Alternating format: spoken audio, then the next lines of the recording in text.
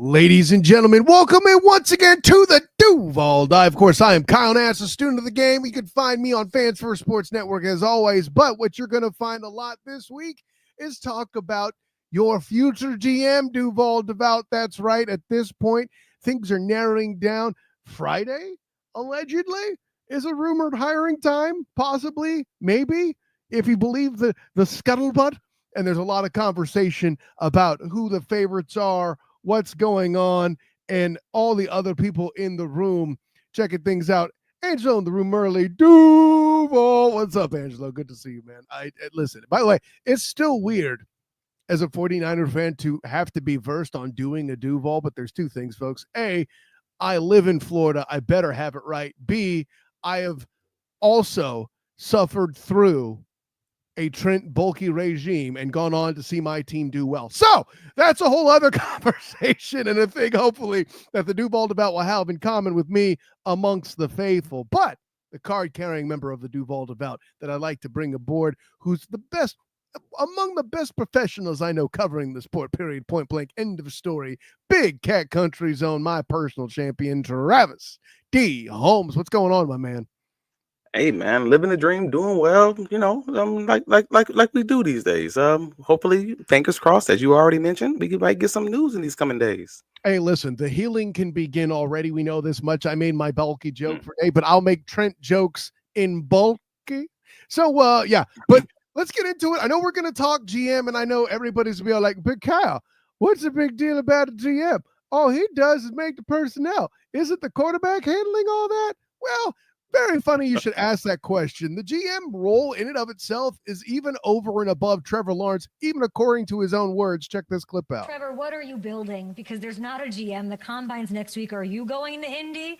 Are you going to go to St. Elmo's and do the horseradish cocktail sauce thing? Like, who's making these decisions? When we play in Indy, I do that. We'll have somebody. I'm confident in that. We'll figure it out. Okay. Are you involved? You want to be involved. I know that. How involved are you in the GM search, in personnel stuff? Like, what's that? I'm not involved. I'm not involved in any of that. You know, I know obviously there's interviews happening, but none of the GM stuff. I'm not involved in any of that, and I think it's better that way. There has to be some separation, right, from player, and that's they have a different role. They have a different job to do. But of course, when I'm at personnel wise, when I'm asked, I have a good feel on people that are here, guys that I have good chemistry or good rapport with, and that they're obviously they ask me, new staff's coming in, they've asked me about different things and my kind of pulse on the team. But as far as the GM stuff, I'm not involved in any of that. So Trevor, what are you building? Because there's not a So that clip from the Up and Adams show with Trevor Lawrence being interviewed there, obviously found time being baby dad to fit that interview in. I got to give him credit for that. I mean, he was probably already awake tending to baby, let's be real. But the thing I wanted to bring up is I know that we live in a time and place, Travis, where people are all like the franchise player, the main player has a say in everything. I think the world got too used to LeBron, Ramon, James doing things he did in the NBA. And unless you're Thomas Edward, Patrick Bieber, Brady, you're not going to really weigh on those, even if Tom Brady weighed in on those back in the Patriots days, which I'm not convinced he was involved with the GM piece of it per se. So all of that being said, this portion of the personnel that he mentions, where if they ask me, I'll say something. Like if you say you're going to try to work on me getting my former teammate T. Higgins, I might endorse that. But beyond that, I think the role of the GM piece is something that we've seen interpreted differently in Jacksonville. And Travis, I want to get your way in on how you think it's about to change post the bulky regime. Well, I mean, in general, I think just a lot of people, I mean, especially on the fan side of things, just don't really know what the general manager does. They don't know what the director of player personnel does. They don't know what the director of scouting does. They're just like, hey, man, throw it all out. Everybody's terrible. And that may not necessarily be fair. And I just want to kind of give some breadth to that kind of conversation. So we all know the general manager The general manager, they're responsible for the scouting department, handling the contract negotiations with the players and dealing with the coaches. The director of player personnel and the director of scouting both report to the general manager, and they kind of have a few overlapping responsibilities there. For the most part, that's the general understanding. That's the general role. That's the general responsibilities. Whereas you have the director of player personnel. That's who kind of handles all the recruiting process, database management, film evaluations, all the admin stuff, where they're responsible for like creating plans for player development and kind of gauging what that's supposed to look like, collaborating with the coaching staff, planning and executing the draft, handling free agency, managing player trades, all that stuff. That's director of player personnel. So how this team runs, if your team's running like a mom and pop show, it's because your director of player personnel is probably not doing their thing in that role. You can still have a great GM and still have a bad player personnel or vice versa. So I want to make sure, again, you might be having great players picked, but the process is just terrible. Well, then that whose issue that is, if that makes sense. And the director of college scouting, well, that's the easiest one. That's the people that look at and the potential players in college and undrafted free agency. They manage a scouting staff. They put the plan together and implement the scouting, and they work with the general manager and the AGM. For the most part, that's what you got. Yeah. No, and that's a great breakdown of the definition of the roles. And I know we're going to talk a little bit more about some of the candidates and front runners and why certain front runners might be getting a little bit more dap. We're going to let Travis cook a little bit on that topic. Goodness knows, he's been referenced all over the place with his GM article on BigCatCountry.com about the level of depth we've gone. And don't worry, I know I know somebody out there has seen, but Cal, what about your fun mock draft stuff? Don't worry, there'll be an episode on that coming up that I dropped on Fan First Sports Network soon enough. So don't worry about that. Yes. All of the conversations will be had there about that upcoming. But I guess the question I want to pose before we talk about the individual talents is, what do you think the biggest challenge is that the new GM or player personnel or whoever, or we know who the player personnel guy is? That's Tony Pacelli, is it not? Or do I have that wrong? Oh no, the player. So as it currently stands, we don't have. Sorry, let me phrase. We have one that is in house that was under. Ryan. You're going to make me lie as far as remembering his last name. It's a G word last name. We'll just say the previous administration.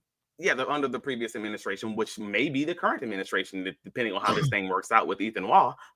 But nevertheless, if you like the way that the Jaguars run, as far as the organizational process is concerned, or in some of these guys' cases, that's their previous role at the previous stops. For instance, Ethan Waugh was the director of player personnel for the San Francisco 49ers.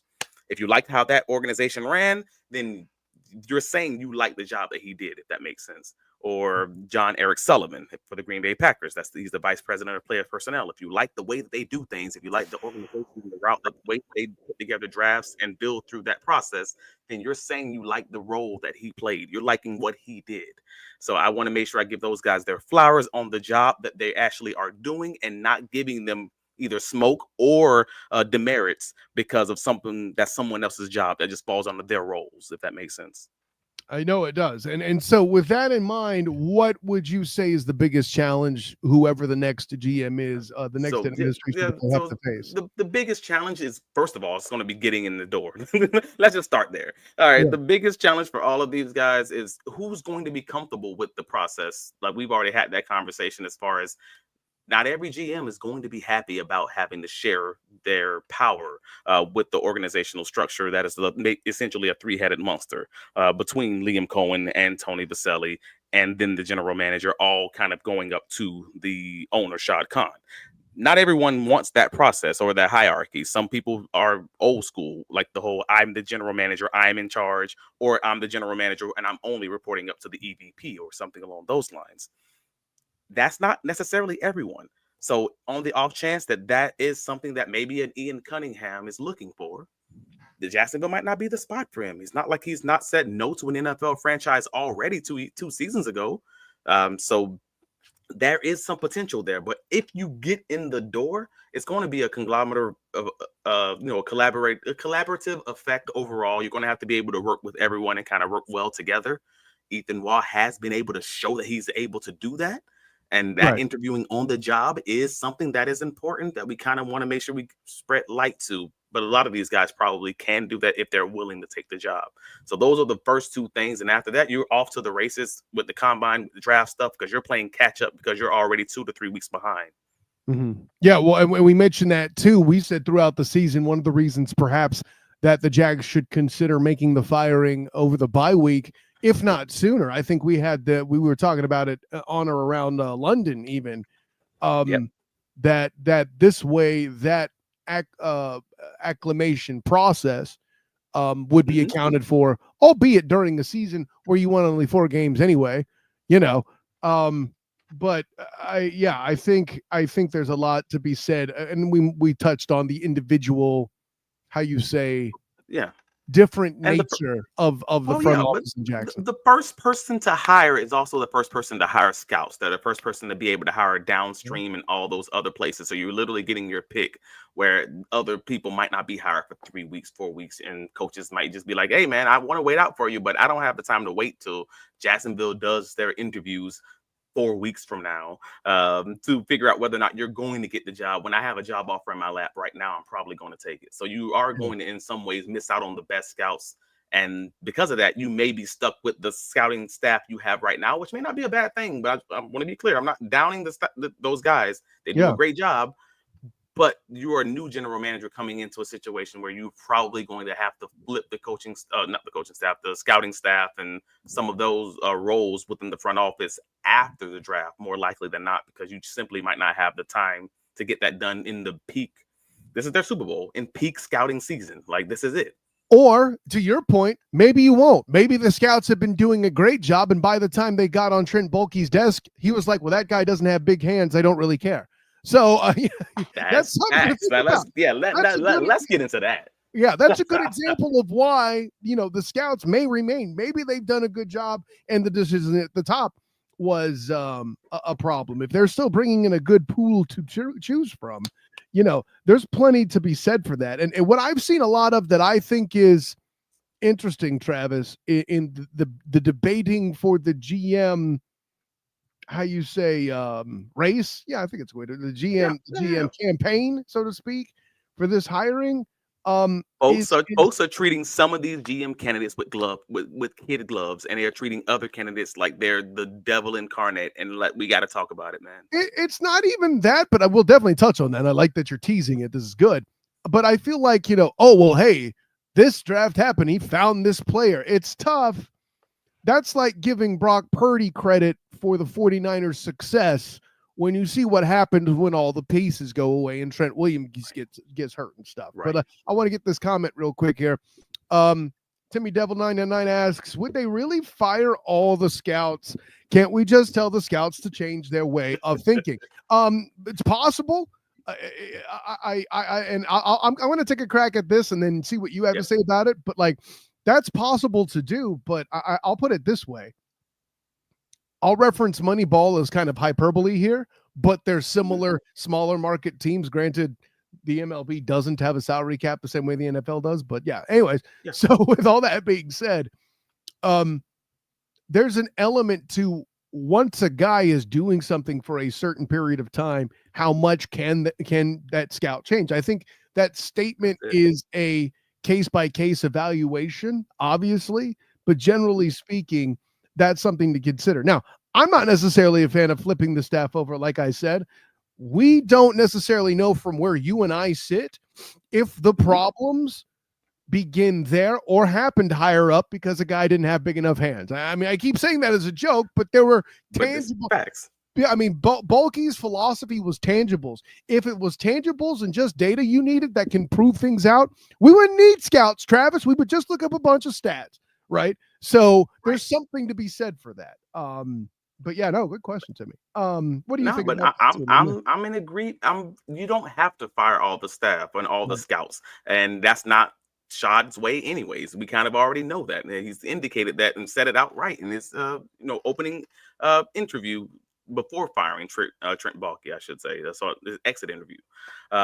Nevertheless, it's case by case. Some of these guys are going to be able to change because they're just great scouts and great identifiers of talent, and other ones may not necessarily be able to, because the general manager is the person that makes the picks, does not mean the general manager is not the one out on these streets finding these guys and placing them up on that board. That's the director of player personnel, we just talked about that a second ago. Right. Or you have the college director of scouting, who's also the one who's kind of figuring out what this looks like as far as your overall draft class.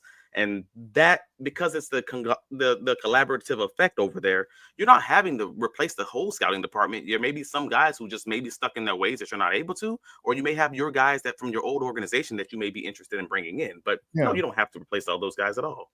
I agree with that. Hef smells a little smoke. Good to see you, Hef. Ian and Tony look way too comfortable in that photo. Just finished there. Just Ian Cunningham just finished his interview along with Josh Williams finishing his interview earlier this evening. I love it. I love an all Black Wednesday. So I guess that was a good job in Black History Month, Jaguars. But no, it's interesting because speaking of Josh Williams, I feel like folks have not given that man the credit that he deserves, because I said this earlier today to one of my guys. It's weird to me that Josh Williams has the scouting profile that he has and the hits that he's had as both a scout, a national scout, and a director of scouting. And folks keep talking about this dude like he'd be a great AGM. He'd be a great second man in the line. Oh, no. If you're only basing this on scouting, he has arguably the best resume of all these guys. And I do mean all 5 of them. I will put a pin in that because we're going to get to it first, because I know you're going to put your Travis D. Holmes spin of everybody likes this. Let me tell you why they wrong. We'll get to that part in a minute. There's a couple good questions here I want to explore here in the comments right quick before we do that. Aiden Tobin jumps in. GMs are going to ask for a scouting report, and the scout's going to start talking about arm length, big hands, and leg. Yeah, that's what we're trying to avoid. Yeah, great point, Aiden. I want to get that out there too, as kind of the flip side of what we were talking about, where indeed you might want to fire an entire staff. That was funny, Aiden. Thank you for that. That was dope. Let's see. Let's do the thing. Okay. So there's a darling out there amongst the group. That's getting a lot of dap from the Duval Devout. Not perhaps to the same extent that Travis Hunters are hoping that the Heisman Trophy winner Travis Hunter falls to 5. Fans First Sports Network. I talk about that a little bit. That's it. But who is this darling I speak of? Who is the guy, Travis? Man, you already know. James Gladstone. Everybody's mama, their mama, everybody's wife, Les Snead's wife, everybody loves James Gladstone. It's like how everybody hates Chris, everybody loves James. That's it. If you like Liam Cohen, you probably love James Gladstone. And I love James Gladstone. I've mentioned on multiple occasions how he's my second favorite guy out of all of these candidates. But no one seems to be talking about the risk that's associated with James Gladstone. Everybody's only talking about the positive. And we're down to the last 5. If we're down to the last 5 of these 11, it's 10, but really 11 if you want to count Mikey Greenberg candidates, then we can start talking about the chinks in the armor. We can start truly critically comparing these guys. Cool. James Gladstone, he's the Rams director of scouting and strategy, but he's been there since 2020, so 5 seasons. Mm-hmm. We are really truly comparing a guy who has 8 seasons in the league, 5 of them as the director of scouting and strategy for the Rams. Right. And he took over that role from Brad Holmes, who's now with the Detroit Lions. So we know that's a great person to take it over, who's also built that process. By the way, as a side note, you're leaving out a key factor. He's in fact had lunch with Sean McVay, which automatically makes him also facts. And he worked with Liam Cohen. That's a feather in the cap that a lot of these guys simply don't have, other than maybe Ethan Waugh. Right. So I want to be clear in saying that. But the Rams' first 3 drafts really weren't good. And no one said anything about this. And I'm a little bit thrown off of why no one's talking about it. The Rams' first 3 drafts, when he was director of scouting and strategy, which directly falls under his roles, because that's the conversation I want to have today, is these guys, when they were directly the person in charge, what was happening? This is the conversation. 2020, 2021, and 2022 were not good drafts for the Rams. They simply weren't. They still won Super Bowl in 2022 with a heavy emphasis on free agency. Well, for one, That happened. John Matthew Stafford being a big part of that, let's not forget, right? And Right. Odell Beckham being brought in too. So those were their own pieces. Yeah. Correct. So it's not, and this isn't a hit piece on James Gladstone, because I opened the Good. conversation saying that this is my second favorite guy on the list. And at one point or another, it was flirting with number one. So I want to just be clear in saying, hey, everybody's always talking about the positive. Let's first hit on the negative before getting into the positive. That is the negative. Those first 3 years, that was a problem. Mhm. But 2023 and 2024, they rebuilt that roster after winning the championships. And that's why folks are rightfully excited about James Gladstone. It's because of 2 seasons is what we're talking about. They hit a grand slam in 2023 when they altered their whole roster. They flipped the roster. They got guard Steve Avila in the second round, Kobe Turner in the second round, linebacker Byron Young in the second round. They got a 5th round wide receiver. You may have heard of him, named Puka Nacua. Oh, that guy. Yeah. That's a big time flip in one draft, and they did it all without a 1st round draft pick. Right. That's pretty dope. But again, the flip side of that coin is they have 14 picks because of all those trades that they made to kind of get that roster where it was. And they went to the playoffs 4 out of 5 years when he was a director of scouting, and they won 10 to 12 games each of those seasons. Oh, I'm sorry, I missed the fact that in 2024 they got Jared Verse in the 1st round. I was and Brandon about to Fisk say in the you did second. not verse about Jared, correct? Yeah, they missed that. After losing Aaron Donald, they flipped the roster in that way. So when you talk about his 2023 and 2024 drafts, that is how you build this thing quickly. But I'm going to add this real quick too. The ways that translate this over too nicely to matter from the Jaguars' perspective. Finding receivers, diamonds in the rough. The Jags need that real bad. We've already had the conversation about the aging nature of a lot of their stars and BTJ. I say stars. I shouldn't say stars. I should say veterans. No disrespect to Christian Kirk on this team. He is a star in his own right. But I'm not going to call Gabe Davis a star. He's a great player for his role. He's not a star. I don't think anybody's going to argue that, and in that instance, the Jags need to find that diamond in the rough receiver with all the other holes they have. And listen, I know you're going to pound the table hard in the coming weeks for a DB renovation, and it's going to take more than one spot to do it. So we'll get more to that too. But the other piece too that I love quite beautifully is accounting for the disappearance of a defensive tackle and doing what they did after Aaron Charles Donald's retirement and revitalizing this defense. Listen, I wrote the Rams off because of their defensive concerns. I wonder where this year was going to be what it was with all that youth. And the Jags need another round of that on their defense, especially where, let's land the plane, defensive tackle. Hey, sorry, Mr. DB. I can fix a lot more with one guy at that spot than I can trying to find the entire damn cavalcade and barrage of DBs I need to truly make this the core you want it to be that stays on the field, by the way. No disrespect, Tyson Campbell. So, I got you. That guy, I think, now granted, the reason why I like what you're telling me more than anything else, and the check for reality should be had for the Duval Devout, is we're making short-term or I should say I'm making short-term observations. You are saying, hold on, y'all. There's this. But I'd land the plane here. This is the 10 to 20 year roll. And we're judging it based on 2 years. And that's where my concern comes in. And that ties in with this, though. Liam Cohen's going to be learning on the job. Do you want a GM to be doing that as well? With an EVP who's doing that as well. That's a great point, Travis. Tony Bo, we love us some Tony Baselli. Let's be clear. But that's the conversation. There we go. And then again, so that's James Gladstone. And again, I've already prefaced that saying, hey, he's my second favorite guy on the list. And I still want to make sure I point out, we are again talking about a general manager who's probably going to last way longer than one coach, 2 coaches, if we're lucky, just one coach, but whatever. If it goes well, it's one go. Yeah.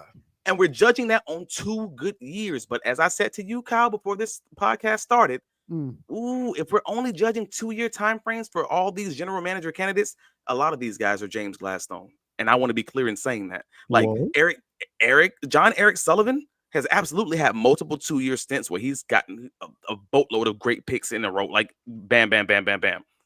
Is he James Gladstone if we're only looking at 2-year time frames? you can make the exact same argument again for Josh Williams, who's had multiple great hits that came directly under his steed. So if you don't mind, can we just get into Josh Williams since he interviewed today anyways? Rock it. Go ahead, make it happen. Cool. Josh Williams, as you already know, he interviewed with the Jaguars earlier today. He was the director of scouting and strategy, just like James Gladstone. So again, we're talking apples to apples comparison, the exact same role. If you're going to give James Gladstone if you're going to look at him this way and brush him with this brush, we have to brush Josh Williams with that same brush and give him the same smoke or the same kudos, right? Cool. Mhm. I just want to be fair on this. He was the 49ers. He was the San Francisco 49ers Southeast area scout in 2017, which means he's probably the best scout on their coaching, in their front office. Why? Because he's handling the Southeastern Conference. You want your best scout handling the best conference, point blank, period. As that area scout, these were the players who were drafted in his steed from that area. Wide receiver Deebo Samuel in the 2nd round, linebacker Dre Greenlaw in the 5th round, defensive tackle Javon Kinlaw as pick 14 in the 1st round, and running back Elijah Mitchell in the 6th round.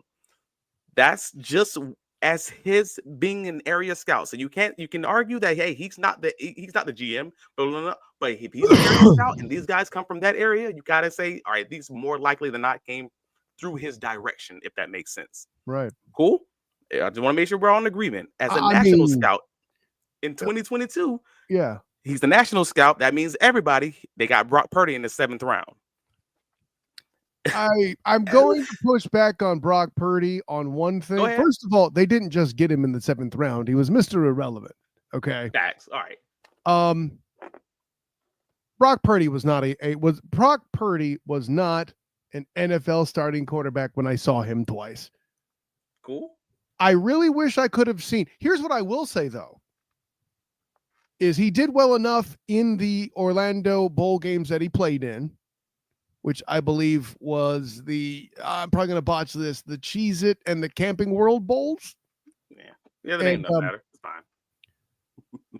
He was good until it hit the fan, which is surprisingly accurate in regards to what happened this past year with Brock Purdy and the 49ers.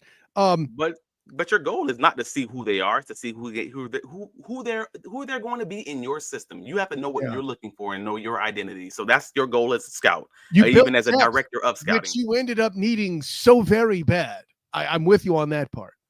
Right. So then as a director of scouting, that was back in this 2024 season, they got wide receiver Ricky Pearsall, pick 31, and FSU cornerback Renardo Green. It's a 2nd round pick. I don't see very many people having that kind of portfolio. And again, James Gladstone did not have a history of scouting. He was the director of scouting, but he was not an area scout where you can say this guy is who he picked out because I can directly say it was because of him and not because of someone else's work. I want to be clear in saying this. I can say that for Josh Williams, who's been an area scout and the director of scouting. So now I know for a fact he's shown his chops as someone who is able to identify talent. I'm a fan of that, and because of that, I'm kind of like, if y'all want to talk about scouting and specifically and identifying talent and building a roster, I don't know why Josh Williams isn't getting more credit from Jacksonville Jaguars fans as far as being a guy who truly can be that general manager. Yeah, I can't argue with any of that, other than the Brock Purdy thing. Now, granted, to find players that filled in so very nicely for so many guys that got hurt at high levels. You got to do that filled in nice for Christian McCaffrey. And you got to do that did the job after Trey Lance and Jimmy Garoppolo and got them to a Super Bowl soon enough after in the longest game in Super Bowl history. Against, where you're shooting out against Patrick LeVon Mahomes II, by the way, in a game that arguably the Niners should have won for all the things that went wrong in it earlier in the game. And I'm not dissing the Chiefs, by the way. I'm not one of these cats. No, I got you. No, I'm with you, bro. I got you. But I'm saying this is my sales pitch on why I say I don't understand why folks think this is just got to be a slam dunk Ian Cunningham. And to be clear, Ian Cunningham is my favorite of this bunch. He is, but I'm just saying I don't think this has to be a slam dunk. I think this can absolutely be a close conversation if any of these guys get into that meeting room, get into that interview room, and say the right things and blow Shad Khan, blow Tony Baselli, blow Liam Cohen away, because these guys have more time under their belt and they've actually been scouts and able to show that I'm able to do this on this side and I've done it on the personnel side. And James Gladstone can only really hang his hat on those 2 years. And that you got to be able to acknowledge that that is at least a little bit worrisome. I mean, somebody's like in your sales pitch, making you a believer. Nasir. But yeah, Go ahead. Right on. See, this is how great minds think alike, right? No, I like a lot of what you're doing there too, and I think a part of this we are remiss, and this is the part we're limited with. You cited it earlier in the show, Travis, that a lot of this is about the inner office workings too, and is it a fit in the organization? Can they work in a system or with the method that Shad Khan wants to work with? That's the whole reason you interview, I would argue. Right. That being said, like, we're not accounting for their ability to handle or work around and understand and deal with salary caps either. So I don't know how one gauges that. Well, interesting that you should say that, because I actually didn't even talk about that with Josh Williams, who also does have experience working with the salary cap and working with contracts because he asked for that experience. So you can say that as another little feather in the cap for Josh Williams, but you can't necessarily say for James Gladstone here, at least based on all the history that I've read about him as far as that piece is concerned. You could even make that argument for Ethan Waugh and Ian Cunningham and John Eric Sullivan. It's just James is one of the few that you can't say that about. And so I don't have an answer on that piece. It's just kind of another thing that he may have to learn. May not be a crazy thing to learn, or maybe bring in a money guy. Who knows? But it's just a thing to have to think about if that's who they end up going with, because again, there are other aspects to being a general manager that's not just picking the best player.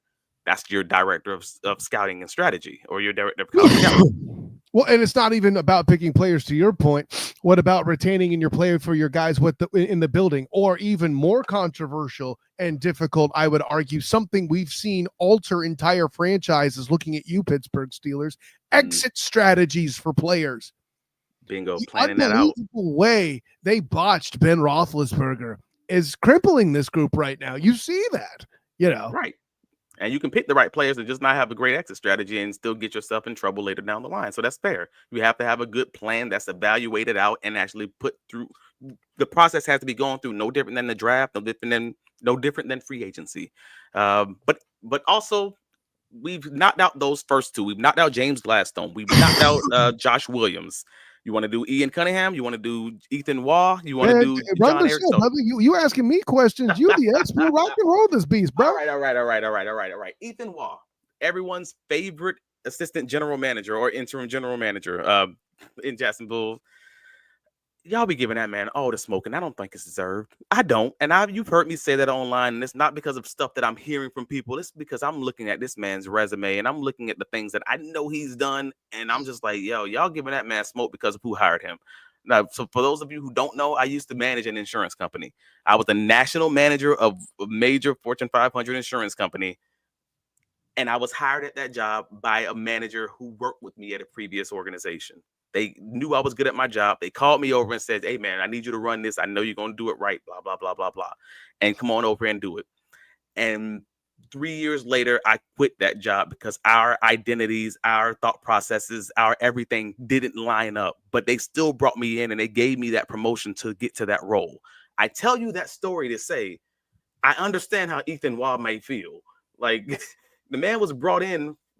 He was hired by one guy in one organization and then given a promotion to come to the Jacksonville Jaguars by that same individual. And he is now the interim general manager, working reportedly in a great role. The fact that he was automatically named a finalist just because of how good he's shown his ability to be as a general manager, running the Jacksonville Jaguars organization and getting Liam Cohen back to the table. That is Ethan Waugh's situation. And if you look at his resume, it seems like he's deserving of it, man. And he was a San Francisco 49ers Midwest scout from 2008 to 2011. 4 years. I'm seeing a theme here. Right. Senior player personnel coordinator in 2015, and then he was the vice president of player personnel in 2021. And if you like the way the San Francisco 49ers are run, and as far as their draft, the organization, as far as the way that they implement that in those 2020 and 2021 seasons, then you're saying I like Ethan Waugh because he's the one who made that and implemented that for those seasons. As a scout, he called from his area. You got guard Mike Lupati out of Idaho. That's a 17th pick. You got Colin Kaepernick out of Nebraska. That was a second-round trade-up, which means they really liked him. Edge Alden Smith out of Missouri is a 7th pick. So that 2011 through 2024 through 2014 seasons, 13 wins, 11 wins, and 12 wins, and some core players directly helped by Ethan Waugh. So the only thing Waugh's got going against him is he can't predict when, let's say, football may go secondary. Is that a shot at Kaepernick? No. Alden Smith had the same issue too eventually as That's well true. down the line in his Alden career. Smith. But that being said, I did not see Kaepernick coming and what he did as the Niners quarterback in his time before he got hurt. I'm not even bringing up the politics. He was hurt the year leading up to that too. So everybody seems to forget about that part. Right. But he got them to a Super Bowl in a fashion that Brock Purdy did and was just as close to winning one, even though it wasn't in overtime. And the 49ers started going uphill literally as he leaves the team. And that's another, feather in Ethan Waugh's cap that people are simply giving him because of his association with Trent Baalke. That sucks, but we have no idea whether or not his and Trent's thought processes are aligned, or Trent just knew this guy's good at scouting. This guy's also good at player, personnel as far as the implementation of our plans and figuring out where player development and tracking all of this. Let me get him over here to Jacksonville. Maybe we can kind of flip this thing. And we're giving him a demerit for that when we give John Eric Sullivan and all these other guys positives for the exact same thing because their names are not Trent Baalke. Sucks, man. You get hired by who you get hired by. So that's kind of where I am on Ethan Waugh. I think he has a solid resume, and I think if he's wasn't brought in by Trent Baalke, a lot of folks would be asking why isn't he in this? Why isn't he in this general manager group of people that should be interviewed by the Jacksonville Jaguars? And now he is, and we don't like it. Yeah, well, I think that's Trent Baalke's fault. Like, here's the other thing I would imagine too, Travis, is I don't know of any conversations of him being referred to as Littlefinger or any of that. So there's that going for him. Moreover, I don't. We can't credit Ethan Waugh with getting Jim Harbaugh to leave the building in San Francisco. So there's that. Right. If Jim Harbaugh stays, are we even we are talking about Ethan Waugh? Yeah. Right. We're talking about Ethan Waugh, like, Lord, we really got to get this man over here. And he's only 50. He helped build this juggernaut. That's how that's how fickle we are as fans. Because I'm like, no. Let's keep it a buck. If we're gonna paint these other guys with this brush, paint them with this brush, and let's figure out where the chips land. And I'm gonna leave Ian Cunningham as my last, just because I think most of us know he is the favorite, and he's the favorite because of so many people are already just telling you he's the favorite. And I want to say this in the best way I possibly can. We're not in the rooms with these guys when these decisions are made. Correct. We're not in the rooms with these scouts when they're telling you, when they're banging the table, telling you that this is my guy, that we should draft this guy, and then he gets drafted by another team. Like, we don't hear the conversations of when these guys say this scout is batting, I don't know, he's batting 80%. He is on fire. And we didn't get any of his guys because this other team traded up, or because it just didn't work out with the draft. Or because he had small hands. or the general manager didn't agree because of the size of his arms, or what the size of his girth of his legs, whatever the reason is. But other people in the league, they remember those scouts. Hey, man, so later down the line, when they say, hey, man, that is a guy you need in your organization, and you're like, why do I need that guy? Look at who they drafted, blah, blah, blah. And I'm like, well, it's not about who they drafted. It's about the guys he identified.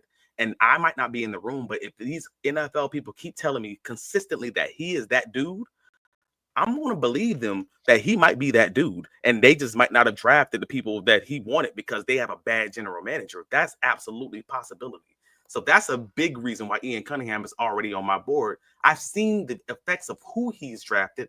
And that's not even discussing how many people come out of the woodwork to let you know that he is absolutely that dude. I believe Same him. way that Sean McVay said the best offensive mind he worked with amongst his coaching tree, Liam Cohen. So I add that for the context so the people understand why the plan may just in fact land in Jacksonville for Ian Cunningham. So, man, listen, you preaching it. Now, it's Hef brings in a point. I'm skeptical of anyone from KC. Andy Reid can be replicated or can't be replicated. Can't be replicated. Accurate. However, and I was able to hear Coach Reid tell this story in person in Arizona 2 years ago. Shouts to the 3-point conversion for my opportunity to cover the Super Bowl that year. The first time it was Chiefs Eagles. He said that a scout was pounding the table for Patrick LaVon Mahomes II, Texas Tech. He didn't see it. He thought he was sloppy, but the table was pounded, the table was pounded, the tables was pounded, and that came from that personnel department. So Andy Reid can't be replicated. Accurate, Hef. What we're evaluating are those dudes that went to him. And you mentioned it was Ballard, and it actually he goes through him too, Hef. It started lower in the ranks per Andy Reid, right? The guy told the story himself, so the scout, the director of scouting gets some credit, but he's not the guy on the ground that's banging the table for him. So you got to have two guys who are in agreement on who this person is, and then they'll take it to the AGM or they'll take it to the GM. So there you go. But that's the part we're talking about. We're talking about those people on the ground that would say, "Hey, listen, don't extend Blake Bortles," because that would make Travis Holmes very angry. I'm bringing out old stuff. I'm sorry. Travis T. Holmes, tell the world where you can be found, my man. Hey, man, no, not yet. I gotta finish up with my last two guys, though. I thought you were done. I'm sorry, Mike. Continue. We still got John Eric Sullivan, man, and I said it earlier. John Eric Sullivan is James Gladstone with more years. Like, he is James Gladstone with like 23 years experience, and unfortunately, James Gladstone has like 8. Because if you want to just take a 2-year or 3-year snippet of Eric Sullivan's career as the Central Plains area scout or the Southeastern scout, because he has 8 years of scouting experience, you can be like, all right, no, cool. John Eric Sullivan got wide receiver Jordy Nelson, and let's not forget, John Eric Sullivan is a wide receiver who's the son of a wide receiver coach, Jerry Sullivan, former Jacksonville Jaguars wide receiver coach. From his area is where they got Jordy Nelson in the 2nd round. From his area, they got Brian Bulaga as a 23rd pick in the draft, offensive tackle. From his area, they got Casey Hayward. Yeah. I'm just saying, that's Jordy Nelson, that's Brian Bulaga, that's Casey Hayward, and these boys are in the Central Plains. Like, these aren't the greatest. Like, come on, man. This ain't like it's all SEC that they're pulling from. And then as a director of college scouting from 2016 to 2017, and he was a player personnel in 2018 and on, he had Jamal Williams and Aaron Jones in back-to-back picks in the same draft. 4th and 5th round picks. 2 running backs. Same draft. And I'm just like, dude, that's dope. Like, those are 2 good running backs in the same draft, and you got them in back-to-back picks in 2 different rounds. I'm a fan of John Eric Sullivan, and I'm a fan of the way that they also do their draft. They create their process. They build through the draft. And he also has that, again, player personnel side of things where he knows how to build it from a winning organization who's historically done it in the quote-unquote right ways. That's John Eric Sullivan. That's James Gladstone with the player personnel side of things in his pocket, if that makes sense. It does. That makes this thing a lot closer than I think folks realize, in my personal opinion. And then you wrap this bad boy up with Ian Cunningham. He has history with the Ravens. He was a scout with the Ravens. He was the Philadelphia Eagles if you work director with the Ravens front office, that can't be denied. I had to cut that in real quick. I'm sorry. Yeah. Stop no, it. That's it. You're right. Done. Go You're ahead. right. You work with the Ravens. Oh, wait. You didn't just work with the Ravens. You also worked with the Eagles, and you did scouting in both of those places? Jeez, that's probably worth talking about, right? Like, I don't think that's a crazy thing to be like, hey, man, that's pretty good. Okay, cool. Well, he was a Southeast area scout. We already talked about being a scout in the Southeast. That means you're really doggone good. Right. And then he was later the Southwest scout. So that's 2013 to 2016. And then he later went over to Philadelphia as their director of scouting for 3 seasons. That's linebacker C.J. Mosley at the 17th pick. That's Timmy Jernigan, the edge, in the 2nd round. That's the entire 2018 Eagles draft. I don't even want to just say like a pick. I'm just want to say that whole draft, because folks don't give that draft credit. And I thought it was crazy. They didn't have a 1st round pick in 2018, and they still got Dallas Goddard, cornerback Avonte Maddox. They got Josh Sweat, edge, Jordan Mailata, the offensive tackle. Yeah, he's good. They had 5 picks. And they got 4 starters and 5 picks with no 1st round pick, no 3rd round pick, and no 5th round pick that season. That's his Moneyball draft. Like that is it. Like, and they got what was it, Ronald Darby? They traded for him in that draft, and they got like another player that they traded for. Mm-hmm. As the director of college scouting, it don't get no better than that, bro. You can write your ticket anywhere with that kind of a draft with 5 picks, and you get 4 starters. Because most of these guys have 14 picks, and we're clapping because they got 5 starters out of it. That's literally what happened with James Gladstone. So that's Ian Cunningham with the experience of Howie and the experience in Philadelphia and the experience with Baltimore, and he won Doug Peterson's Super Bowl. We forgot about that piece. Yeah. As a Philadelphia Eagles director of college scouting, that's when Philadelphia goes to the playoffs 3 years straight, and they win the Super Bowl under Doug Peterson. Kind of feels like it means something. Your personnel department found a tight end that used to play quarterback to run Philly special. That's what it is. I'm like, what are we talking about? Like, Ian's that guy. And then you talk to all the NFL people, and they're all telling you the same thing. Ian's that guy. Well, then why the Chicago Bears aren't doing well? Because he's also the assistant general manager. There is a general manager that is over him. I can't directly say he's the director of college scouting ways. He's the guy who's responsible for the scouting, but I also can't say he's the guy who's making the picks. You don't know where that dynamic lies. No different than you don't know where that dynamic lies with Ethan Waugh versus Trent Baalke. It's the exact same conversation. So because of all of that, that's kind of where I'm at with this. I got Ian Cunningham based on his scouting specifically. We're talking scouting by scout versus scout. His scouting specifically. I got James Gladstone, but I don't think it's closer than I think folks realize personally for me, because I think Josh Williams is that guy.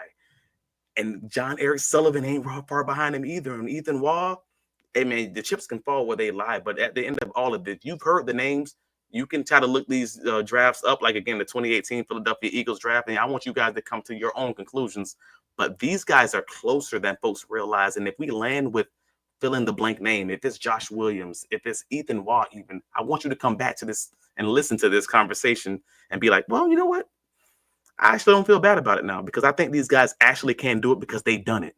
Before you panic, jump in the waters of the Duval Dive and hear what Travis has told you. Also, read what he wrote about them all on BigCatCountry.com. And, of course, we took a dive on the dive about the dive that Travis wrote about. I went Inception there. I had 3 dives talking about there. Yeah. Now, and I know I cut you off earlier because I forgot to scroll down on my screen. But with that being said, Travis D. Holmes, tell the world. Oh, you can find me on all the socials. Travis D. Holmes. I love to talk Jacksonville Jaguars football. I love talking football in general, but most of the people that follow me want to hear about Jacksonville Jaguars, so that's what we're talking about. And that is also my team. So I'm here for it. But most importantly, BigCatCountry.com. Follow us, talk to us in the comments. Like and subscribe if you're listening on the Duval Dive YouTube and on your favorite podcatcher. Help us grow this thing while it's free, man. We appreciate you guys. And also, I want to make sure we still will get to some of these comments in our next podcast. So we have that coming soon, probably tomorrow. Stay tuned. Look out for that. That'll be out here sooner than later. Absolutely right. Of course, I'm Kyle Nash, the student of the game of Fans First Sports Network. Check out my writings there on both the Jacksonville Jaguars and the Orlando Magic. 2 teams depressing in certain elements in their own right. We'll see what the Magic do coming out of the All-Star break tomorrow as they face the Hawks in Atlanta. So there's that. And then, of course, my work with the Black and Gold Banneret covering UCF football and basketball. the combine is coming. We'll have things to say about the performance of one RJ Harvey, about the performance of one Kobe Hudson. Who knows? Maybe there'll be some cross-pollination. I just don't know. But make sure you look out for that action from me as well. Black and Gold Banner at YouTube channel, as well as the Night Shift podcast, blackandgoldbanner.com as well. So thank you again to the commenters. Hef, you're on fire, man. We're gonna be talking about a lot of the stuff that is, let's say, mock draft, but two players in particular that are the long shots in a lot of draft boards. I'm not telling you who. You have to find out next week when we talk about. So, for my good friend and personal champion, Travis D. Holmes, Kyle Nash, the game. Until next time, everyone, class dismissed.